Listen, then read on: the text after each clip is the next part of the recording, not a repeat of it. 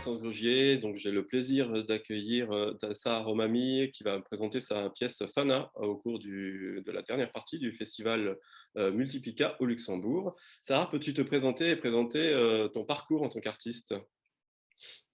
Euh, Bonjour, merci Maxence. Um, my name is Sahar. I am happy to be presenting my work within the context of Rotonde Multiplica in the coming week. Yeah, so I would say I consider myself a storyteller, and that's how I relate to myself as an artist. And I tell stories through a diverse landscape of digital or analog storytelling tools and platforms. For instance, animation, live audiovisual performances, and installations, and also sometimes I do analog calligraphy. I got started basically. You could say I'm a would have been engineer turned into an artist, and art was always a part of my life since I was 10 years old, but for the most part at that age, especially, or leading up to my first bachelor in engineering, art was always kind of on the side until I got into a point of doing my second bachelor, which I did in Montreal. And that was when I learned, basically studied computation arts, which is a program that is mostly concentrated on computer-based design. And basically, since I did that program, my journey into telling stories through digital tools got started. And then since 2015, I have been doing more specifically real-time storytelling, whether it's installation or performance. Est-ce que tu peux nous présenter ton travail Fana, qui sera donc présenté au Multiplica Festival? Yes, the storytelling of Fano is entirely inspired from a chapter from the book of Attar, who is a 12th century Sufi poet, Persian Sufi poet, from his book called The Conference of the Birds, or La Langage des Oiseaux, for the ones interested to having a look at it. And I can talk about the story of the La Langage des Oiseaux a little bit later, but basically I was heavily inspired by this spiritual and figurative storytelling, and I translated it in a sense into this performance or an installation piece. And throughout this basically experience, there's an unraveling through 4 stages, which are arrival, dissolution, nothingness, and rebirth. And the audience experiences an abstract rendition of these 4 stages in the piece.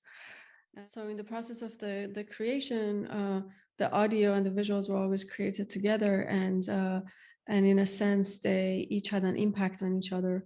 And the musical dramaturgy of the piece also goes from a kind of a cinematic ambient rumbles into moving towards like deep basses and some atmospheric minimal dark techno tunes, and finally landing into a calm state and frequencies that I like to use that are chakra tuning.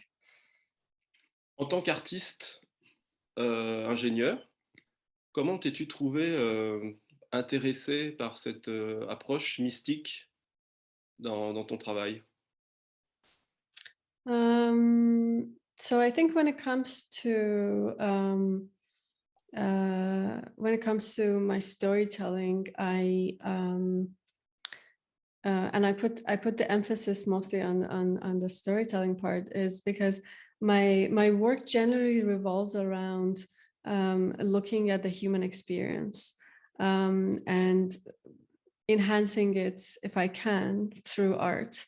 And this is how I came into mixing art and technology with literature and philosophy in this sense. You could say these topics are topics that are coming from a place of self-interest, and by diving into these topics, I'm always discovering topics that I find that not only they are individually of interest, but also they're always coming back to the point of our collective experience. And this is why I keep going back to the topic of mysticism, because it's all coming a full circle into a collective experience that we're all sharing. And so I like to think that in my storytelling, I can shift towards interpersonal exchanges, and I think that this affects the way that we define ourselves, defines the way, and also share our stories and our identities within our reformatting human societies. As our societies are changing, our identities are also changing, and these stories are our way to talk about our collective experience. Est-ce que tu peux nous expliquer ton processus de création, comment tu travailles la relation entre le son et le visuel? Yeah, absolutely. So the way I like to work, and also because primarily I'm a visual artist turned musician, you could say, and my experience with creating and producing sound is relatively quite new. It's only since 2019 that I do this. The way I approach sound is always in progression with the visuals. In most cases, I don't create either of them in isolation, and it's like I have an idea about a multisensory experience, and then I try to translate that experience into how it's going to sound like and how it's going to look like, and then I get into basically the you could say the back end, which is just the creation through digital tools and softwares that I use for this. Sarah, peux-tu nous parler un peu plus profondément de la conférence des oiseaux de Attar, du poète Attar? The Conference of the Birds is a 4,000 long verse book of poetry that was written by Attar around 12th century. Attar used in this book, Attar very meticulously and artistically uses figurative storytelling to convey, you could argue, very deep and very important mystic topics, and I think I find in this case I find it to be such a brilliant move to bring a story with such depth into such a level of understanding, easy understanding, you could say. So the story of the La Langage des Oiseaux, or La Conférence des Oiseaux, is about 1,000 birds that come together and decide that they need to find the one. They need to find the one bird who is going to bring them eternal peace, and so they start setting out on this journey, and throughout this journey, they actually go through 7. And then this also, the number 7 is also debatable here, because even in other mystic cultures, the numbers of stages of enlightenment have always changed. Like sometimes they've been 4 and sometimes they've been 7. But regardless of the number, basically the birds go through these stages and these difficulties, so to say. And each bird is, in this case, representing a human characteristic or a couple of human characteristics. And by the end of these 7 stages, out of 1,000 birds, only 30 birds are left. Also, there's a very nice wordplay here, because the number 30 in Persian is called si, and bird is morg. So if you put them together, 30 birds, if you put these 2 words together, it becomes si morg. And si morg is actually also the name of that specific bird that they're looking for, the wise one, which is in some depictions, si morg resembles the phoenix. It's not exactly the phoenix, but it does resemble a phoenix. And so by the time they get to the last stages, the last stage of this journey that they're on, which is the stage that I also completely was inspired by to create this piece, is called the stage of absolute nothingness and disappearance. When they get to this stage, they realize that what they've been looking for all this time is actually merely a reflection of themselves. So what they have been looking all this time, they finally could find within themselves.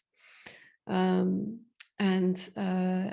this became basically an inception point for me to create this piece.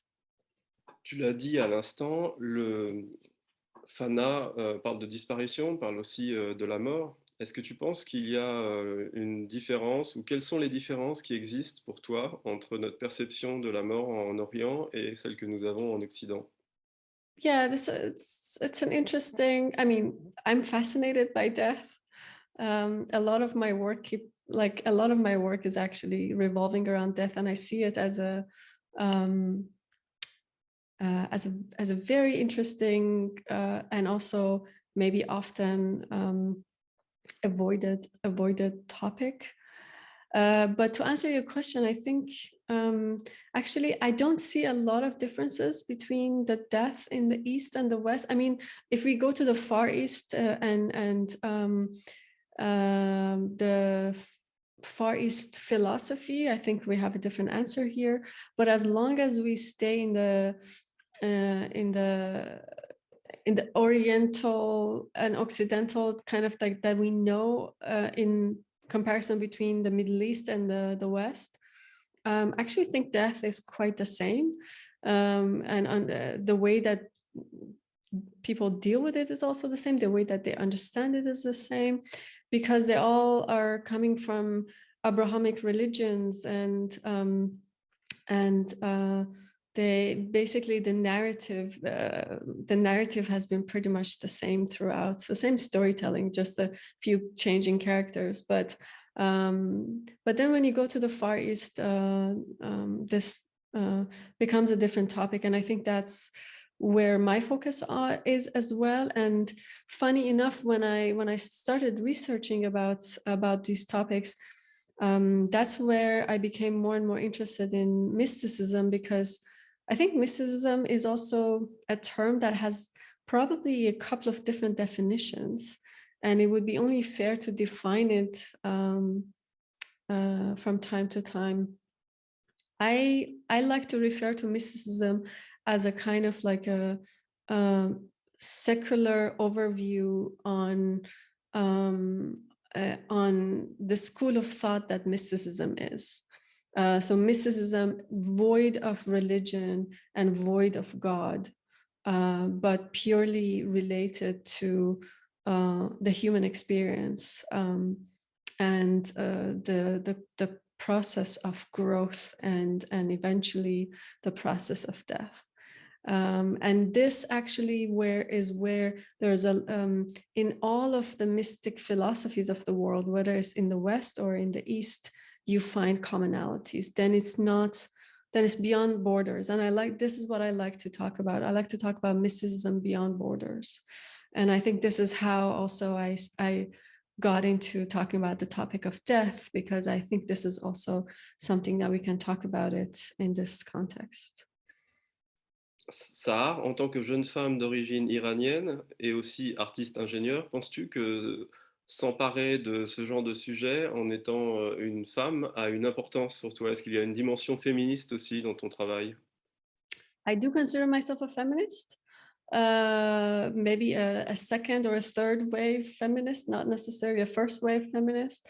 And also actually I identify not just as a female, but also identify as non-binary. So this is an aspect of my life that yes, I stand with a lot of feminist thoughts and ideas, but at the same time I also I keep coming back to the idea of a kind of a humanist approach. For me, feminism is also very closely connected to humanism, and also because I have this identity in my life and I've been able to vocalize that I don't always identify myself as a woman. I think it has become an interesting story in a sense for myself to go through this experience. Yeah. On l'a vu, Fana est une expérience audiovisuelle qui est aussi forte visuellement que philosophiquement. Quelle réaction attends-tu de la part du public? As they say, any reaction is a good reaction. I am interested in connection and in communication. You could say I don't have any expectations, and as long as the piece can create a point of connection between us, that is what I'm interested in.